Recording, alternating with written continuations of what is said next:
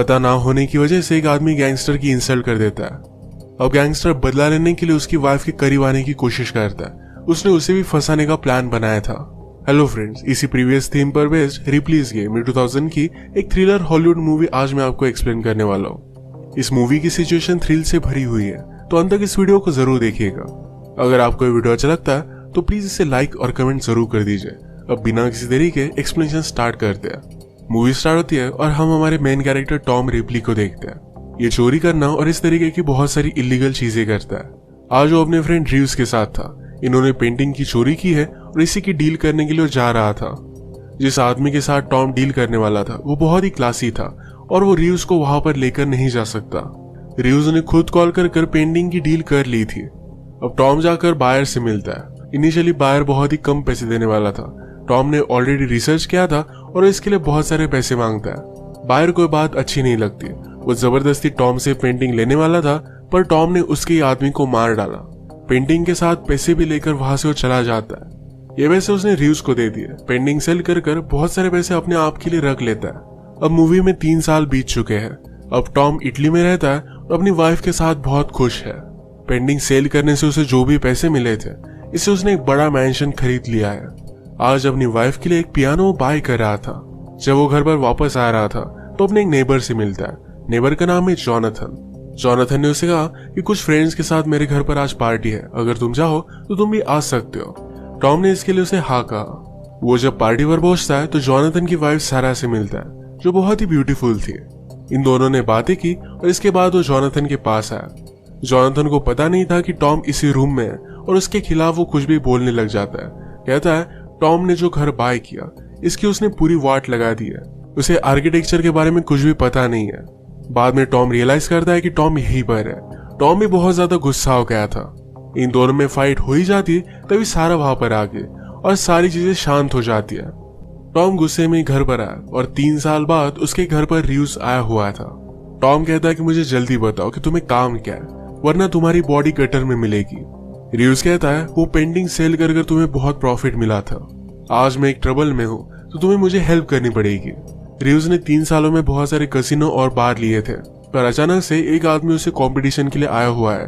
वो आदमी उसके बार में अंडर एज लड़कियों को भी डांस करवाता है। रीव्स चाहता था कि टॉम जाकर उस आदमी को मार दे, क्योंकि अगर खुद उसने ऐसा किया तो सारा शक उस पर ही जाएगा। आउटसाइडर का काम किसी को भी समझ में नहीं आएगा।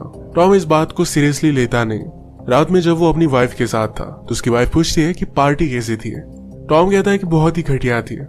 उसकी वाइफ ने कहा कि जॉनथन को कैंसर है, शायद उसी वजह से उसका मूड खराब होगा। इस बात पर टॉम जरा सोच लेता है। अगले दिन वो जॉनथन पर नजर रख रहा था। उसने फिर रीव्स को कॉल लगाया। उसने कहा कि अगर तुम किसी न्यू आदमी को लाओ तो वो भी ये काम कर सकता है। रीव्स को किसी न्यू आदमी को काम देना सही नहीं लग रहा था, पर टॉम ने जॉनथन के बारे में रीव्स को बता दिया। टॉम को पता था कि जॉनथन के पास ज्यादा पैसे नहीं है। मजबूरी में काम वो करेगा, पर इसमें वो फंस सकता है। इसी तरीके से उससे बदला लेना चाहता था। रीव्स ने फिर जॉनथन को कॉल किया, एक जगह पर मिलने के लिए बुलाया। कहा कि तुम्हें इस काम के लिए बहुत सारे पैसे मिलेंगे। जाते वक्त जॉनथन की वाइफ सारा जहां पर काम करती है, जॉनथन ने वहां की सारी चीजें देखी। उसकी वाइफ सारा को उसका बॉस हरास करता था। पैसों के लिए सारा को काम करना पड़ता है। ये जॉनथन को अच्छा नहीं लगता। वो फिर होटल आकर रीव्स से मिला। रीव्स से कहता है कि मैं तुम्हें $50,000 दूंगा, पर तुम्हें एक आदमी को मारना पड़ेगा। जॉनथन इस बात से बहुत डर गया। ये काम वो कैसे कर सकता है। रीव्स ने उसे समझाया कि वैसे भी तुम कैंसर से मरने वाले हो, तो काम तुम कर ही सकते हो। अपनी फैमिली के लिए तुम्हें कुछ पैसे छोड़कर जाने चाहिए।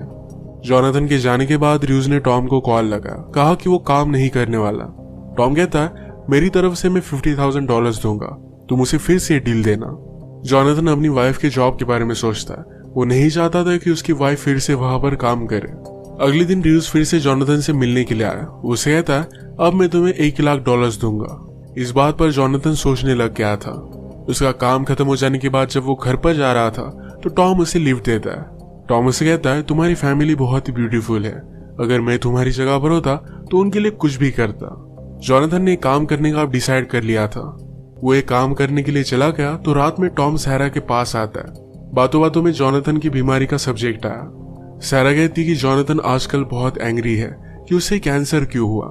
उसे बहुत तकलीफ होती है। वो कभी कभी चाहती है कि अगर जॉनथन की डेथ फास्ट होगी तो उसे इतनी तकलीफ होगी नहीं।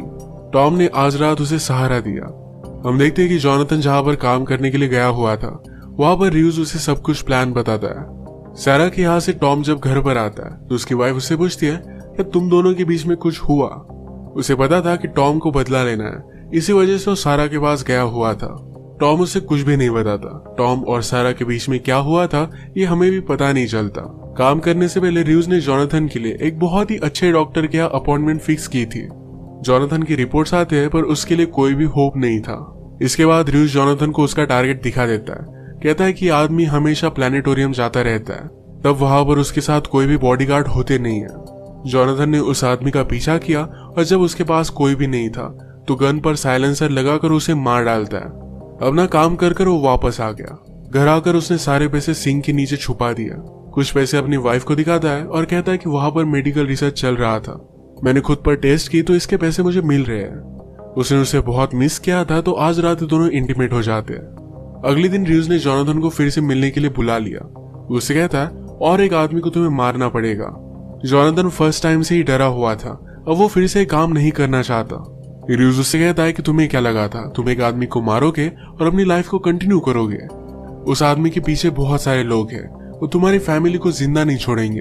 अगर तुम्हें इससे बचना है तो और एक आदमी को मारना पड़ेगा। वो जिस आदमी को मारने के लिए कह रहा था वो डेड आदमी का दुश्मन है। सबको लगेगा कि ये गैंग वॉर था और उस पर कोई भी शक नहीं करेगा। इस नेक्स्ट टारगेट के बारे में र्यूज ने आकर टॉम से बात की। टॉम उसे कहता है कि जोनाथन को तुम्हें एक ही काम देना था, ये सेकंड काम उसे अच्छा नहीं लगता। वो र्यूज को जोनाथन को छोड़ देने के लिए कह रहा था पर वो मानता नहीं। अगले दिन आकर र्यूज ने फिर से जोनाथन को धमकाया कि अगर तुम ये काम नहीं करते तुम्हारी पूरी फैमिली को मार दिया जाएगा। अब मजबूरी में काम करने के लिए जोनाथन रेडी था। उसके नेक्स्ट टारगेट को उसे ट्रेन में मारना पड़ेगा। उसका प्लान था कि जब उसका टारगेट टॉयलेट जाएगा तो वहीं पर उसे मार डालेगा। पहले ही जाकर टॉयलेट वगैरह चेक करके आता है। अचानक से टॉयलेट से टॉम बाहर आया। इस सब में जोनाथन उसी की वजह से फंसा हुआ था तो टॉम उसे हेल्प करने के लिए पहुंच जाता है। टॉम ने जोनाथन को उनके टारगेट पर नजर रखने के लिए कही। जोनाथन उसे हेल्प करता है और टॉम ने उस टारगेट को मार दिया। उस टारगेट के पीछे भी जो उसके बॉडीगार्ड्स भी थे उसे भी वो मार डालते हैं। टॉम की हेल्प करने के लिए जोनाथन को भी एक आदमी को गोली मारनी पड़ी थी। इन सब चीजों से वो बहुत ही डिस्टर्ब हो गया। जब यहाँ से बाहर निकले तो जोनाथन रोने लग जाता है। कहता है कि प्लीज इन सब से मुझे बाहर निकालो, तुमने ये सब मेरे साथ क्यों किया। टॉम कहता है कि तुमने मेरी इंसल्ट की थी और तुम ये सब काम कर सकते थे। अब तुम्हें बुरा लग रहा है पर टाइम के साथ सब कुछ ठीक हो जाएगा। जोनाथन इस काम के पैसे लेकर फिर से घर पर आया। उसकी वाइफ को अब शक चला गया था। वो कहती कि ऐसा कैसा रिसर्च है जिसके तुम्हें इतने सारे पैसे मिल रहे हैं। जोनाथन उसे झूठ बोलता है पर वो मानती नहीं। जोनाथन ने कहा कि मैं सिर्फ तुम्हारे लिए कुछ पैसे छोड़कर जाना चाहता हूँ। वो इसके बारे में उससे ज्यादा कुछ बात नहीं करता। अगले दिन टॉम और जोनाथन मिले। जोनाथन वरीड था कि उसकी फैमिली के पीछे कोई आए ना। टॉम कहता है कि अगर कुछ प्रॉब्लम हुआ तो वो लोग मेरे पीछे आएंगे, तुम्हें वरी करने की जरूरत नहीं है।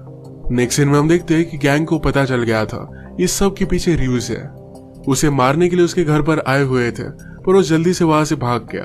वो टॉम को कॉल करता है और उसे हेल्प मांगता है पर अब टॉम उसे कोई भी हेल्प नहीं करने वाला था। टॉम को पता चल गया कि अब कोई ना कोई तो कॉम्प्लिकेशन होने वाली है। उसने अपनी वाइफ से कहा कि मेरे यहाँ कुछ मेहमान आने वाले हैं, तुम कुछ दिनों के लिए कहीं और रहने के लिए चली जाओ। टॉम की वाइफ को उसकी सारी चीजों के बारे में पता होता था तो ये बात भी वो समझ गई। टॉम फिर जोनाथन के पास आया और उसे सारी सिचुएशन समझा देता है। उसने कहा कि आज रात मुझे हेल्प करने के लिए मेरे घर पर आना। जोनाथन फिर से अपनी वाइफ से झूठ बोलकर टॉम के पास आ जाता है। उन्होंने फिर पूरे घर में ट्रैप्स बिछा दिए थे। गन्स वगैरह लेकर गैंग के लिए वो रेडी थे। जोनाथन को लग रहा था कि शायद आज रात वो नहीं बचेगा। सारा बहुत ही वरीड हो गई। वो टॉम को कॉल लगाकर पूछती है क्या जोनाथन तुम्हारे पास है, पर टॉम उसे कुछ भी बताता नहीं।